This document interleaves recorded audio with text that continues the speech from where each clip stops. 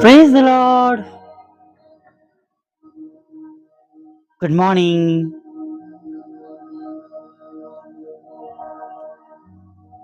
સવારની સલામ. પ્રભુની સ્તુતિ કરીએ, પ્રભુની આરાધના કરીએ.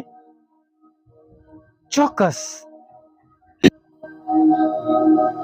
આપણને આજે ઘણી બધી જરૂરિયાત પણ હશે,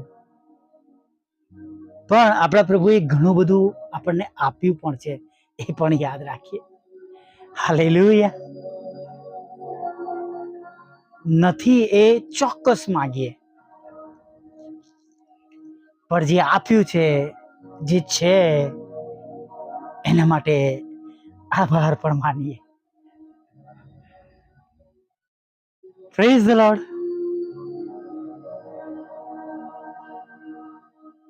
આપણા બધા માટે ભારે કિંમત ચૂકવી છે. આપણા પ્રભુએ ભારે કિંમત ચૂકવી છે. તેમનું લોહી વેવડાયું છે, અને તેમના લોહીમાં તમને અને મને ખરીદવામાં આવ્યા છે. નહીં? અને હું ઘણી વાર કહું છું કે ખરેખર પ્રભુ થેન્ક યુ કે અમારા ફોર ફાધર્સ, અમારા બાપ દાદા વડાઓએ તમારો સ્વીકાર કર્યો, કે અમે એ ઘરાનામાં, એ કુટુંબમાં જન્મ લીધા જ્યાં પ્રભુ ઈસુને વિશ્વાસો લોકો છે. અમારા માતા પિતાને માટે, અમારા દાદા અને પરદાદાના માટે પ્રભુની સ્તુતિ કરીએ છીએ કે જેમણે પ્રભુ ઈસુનો સ્વીકાર કર્યો. નહીં? હાલેલુયા. Praise the Lord. પ્રભુનો આભાર માનીએ, સ્તુતિ કરીએ. ચોક્કસ ઘણી બધી એવી બાબતો કદાચ આજે સવારમાં તમારી અને મારી પાસે ન હોઈ શકે,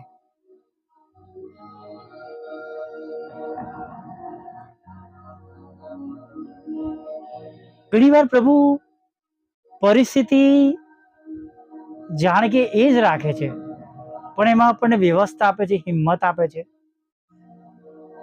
સહાય કરે છે, મદદ કરે છે.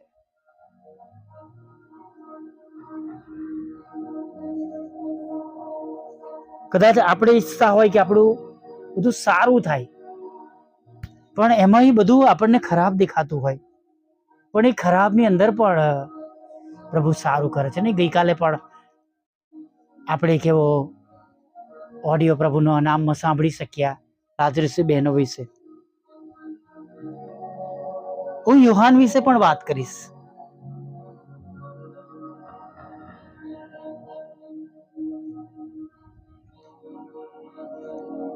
તેમને તો પાદમસ બેટમાં જેલની સજા થઈ હતી. નહીં?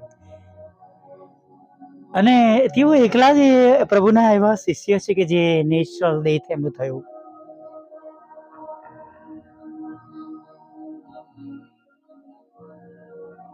અને જેમને પ્રભુ વિશે દર્શન પણ આપ્યા. નહીં? यूहन्ना ने देखा प्रभु को टापू पे. हालेलुया. टापू पर जुए छे प्रभु ने. नहीं? मुर्दा सा गिर पड़ा उसके चरणों में. માણસના જેવી આકૃતિ તેણે જોઈ.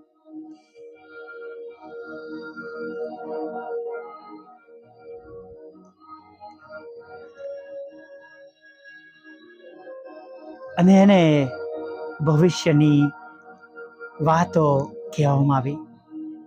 લખ પ્રકટીકરણ આખું પુસ્તક આપણે વાંચીએ છીએ. નહીં?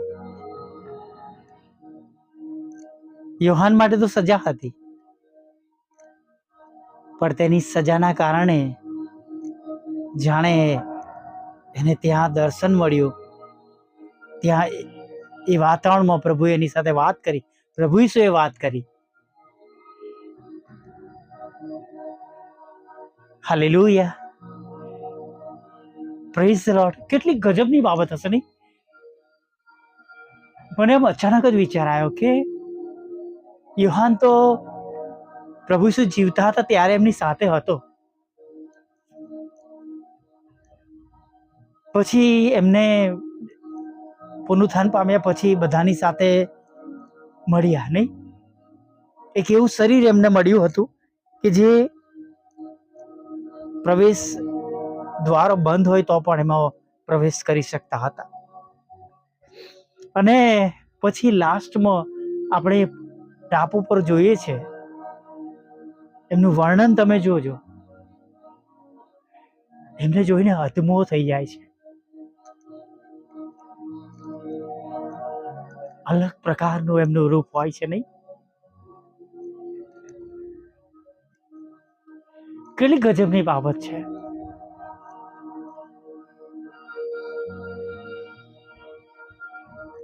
અને પ્રભુ કહે છે, હું જ્યાં છું ત્યાં તમે પણ મારી સાથે રહો. હું તમારા માટે જગ્યા તૈયાર કરવાની જાઉં છું.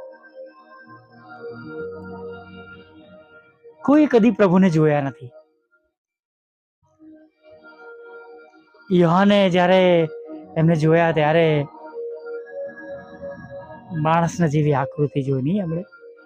અને બહુ સરસ વર્ણન છું. અત્યારે હું એ બાબત પર જવા માંગતો નથી, પણ તમે વાંચજો પ્રકટીકરણમાં.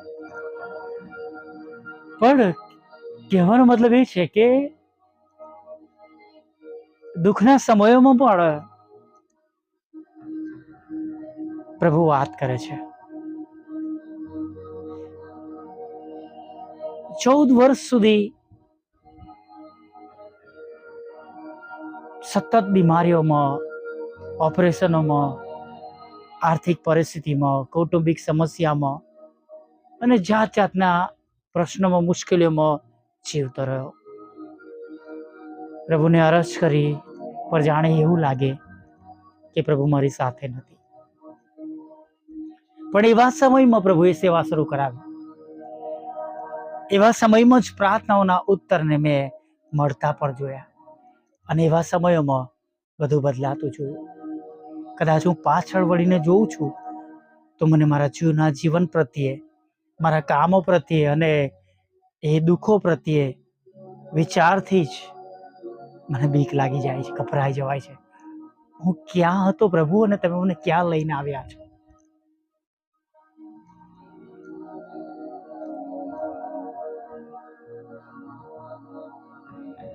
આજે સવારે તમને કહેવા એ માંગુ છું, તમે ગમે તે પરિસ્થિતિમાં હો,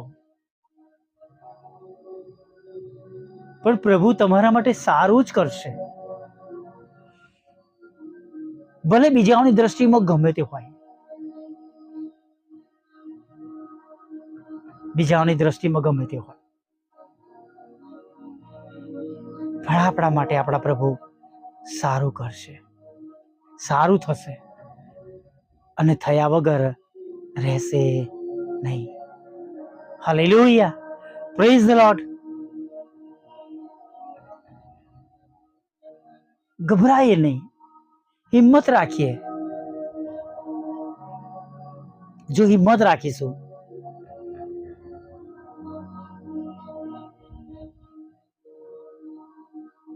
પ્રભુ પડવા નહીં દે. એ હું તમને સાચું કહીશ. સાચું મતલબ કે મારા જીવનની સાક્ષી રૂપમાં કહીશ કે હા, એ પ્રભુ કોઈને પણ એમના પર વિશ્વાસ કરનારને પડવા દેતા નથી. ફરી વાર આજે યશાયા 49 અને 23 એ વચ્ચેનો ભાગ કહેવા માંગીશ કે હું યહોવા છું અને મારી રાહ જોનારા લજવાશે નહીં. Hallelujah, praise the lord. અને જો તમે ઈશ્વરની રાહ જોતા આજના દિવસમાં તમે પ્રભુની પાસે આવ્યા છો, આજની સવારમાં પ્રભુની આગળ નમેલા છો, તો સાચે જ કહું છું, ગભરાશો નહીં.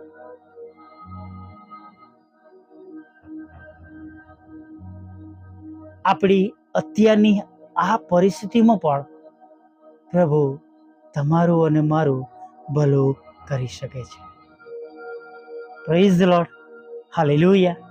આવો એ જ વિશ્વાસ સાથે દિવસમાં આગળ વધીએ.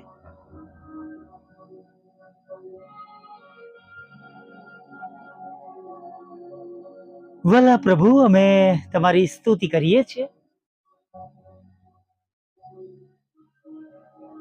હા પ્રભુ, તમારી સ્તુતિ કરીએ છીએ ને તમારી આરાધના કરીએ છીએ પ્રભુ. આનંદ સાથે તમારા ચરણોમાં નમી જઈએ છીએ.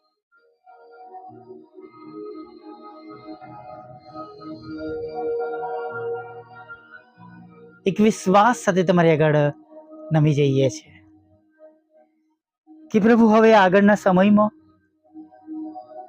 તમે ખચિત અમારી સંભાળ લેશો, અમારી કાળજી લેશો, અમારા દુઃખોને તમે દૂર કરશો, અમારી ચિંતાઓને તમે દૂર કરશો, તેમજ અમારી સર્વ જરૂરિયાત તમે પૂરી પાડશો. અને પ્રભુ, ખરેખર તમારો આભાર માનીએ છીએ, કેમ કે અમે એવું થયેલું જોવાના છે.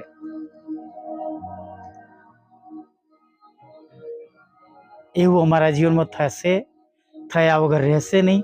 અને તમે એવા ઈશ્વર છો જે અમને મળ્યા છે, તેના માટે અમે તમારી સ્તુતિ કરીએ છીએ.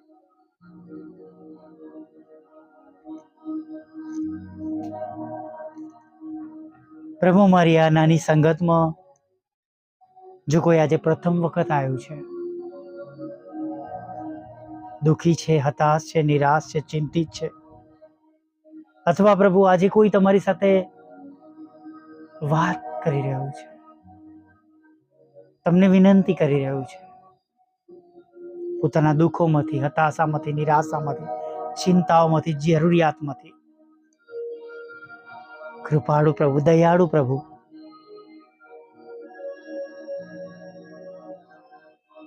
તમે તેમને મદદ કરો.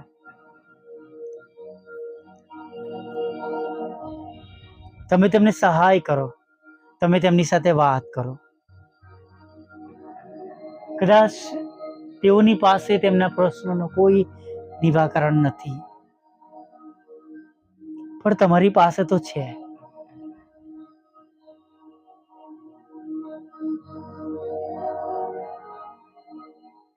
જેમ તમારા વિશ્વાસીઓ પોતાના જીવનમાં પ્રાર્થના કરી અને તમે સાંભળ્યું છે, હા, અત્યારે એવો વિશ્વાસ કરીએ છીએ પ્રભુ, એમ એક એક વિશ્વાસ કરનારાઓ માટે તમે સાંભળો. જેટલા લોકો આ સંગતમાં હોય બધાને માટે તમે સાંભળો, અને દરેક પર મોટી દયા, મોટી કૃપા અને કરુણા તમે થવા દો. દરેકની ચિંતાઓ પ્રભુ તમે દૂર કરજો.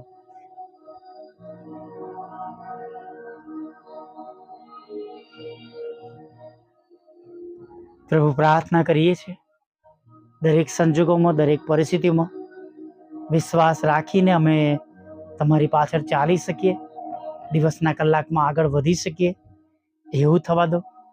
અમારા હાથના કામોને સફળ કરો. ખોરાક અને વસ્ત્ર અને અન્ન પાણી આપો. મારી ભૂલો, મારા ગુનાઓ, મારા પાપોને તમે ક્ષમા કરો અને અમને શુદ્ધ કરો, અમને પવિત્ર કરો પ્રભુ.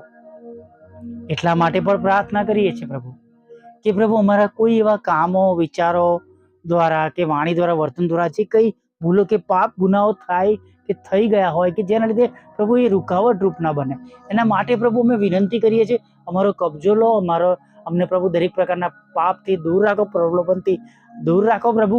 અને વિશેષ પ્રભુ, જે ભૂલો થઈ ગયેલી છે એને તમે ક્ષમા કરો અને શુદ્ધતાના ધોરણોની પાછળ અથવા શુદ્ધ થઈને પ્રભુ અમે તમારી પાછળ ચાલી શકીએ એવી તમારી કૃપા થવા દો. હા પ્રભુ, શુદ્ધતાના ધોરણ પ્રમાણે અમે ચાલીએ એવું થવા દેજો પ્રભુ. જે આંખો રડી રહી છે પ્રભુ, એ આંખમાં નાશો અને તમે આનંદમાં બદલો. એ ભાઈ, એ બહેન, એ જુવાન દીકરા દીકરીના ખભા પર તમે હાથ મૂકો. તમે કહો, મારી દીકરી, મારા દીકરા, બીસ નહીં, હું તારી સાથે છું. તમે તેમને હર્ષ આપો, તમારો આનંદ આપો, તમારી શાંતિ આપો, તમારો પ્રેમ આપો.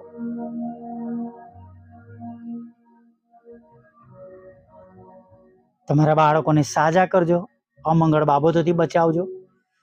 વ્યસનોમાંથી છોડાવજો, વ્યભિચારમાંથી છોડાવજો, માંદગીમાંથી છોડાવજો, તમામ રોગમાંથી સાજા કરજો. આજના દિવસની બધી જરૂરિયાત પૂરી પાડજો. અને ખાસ પ્રભુ, જેઓ આ સંગતમાં છે તેઓ સર્વ તમારો મહિમા જોવે આજે, એવું ખચિત થવા દેજો. દરેક દુઃખીઓના દુઃખ દૂર કરજો પ્રભુ પિતા. અને પ્રભુ, તેમના જે કઈ હૃદયની અંગત વ્યક્તિગત પ્રાર્થના વિનંતી હોય એ પ્રમાણે આજે તમે તેમનું સાંભળજો પ્રભુ પિતા. મિનિસ્ટ્રીને આશીર્વાદિત કરજો, મિનિસ્ટ્રીની ટીમને આશીર્વાદિત કરજો. સાંભળનારને બીજાને મોકલનારને પણ તમે બમણા આશીર્વાદથી ભરી દેજો. સાંજે આભાર મને તક આપજો માગતા આ પ્રાર્થના પિતા તમારા વાલા દીકરાને મારો ઉદ્ધારક તારનાર પ્રભુ ઈસુના નામમાં સાંભળીને દેવ બાપ માન્ય કરજો. આમીન, આમીન, આમીન.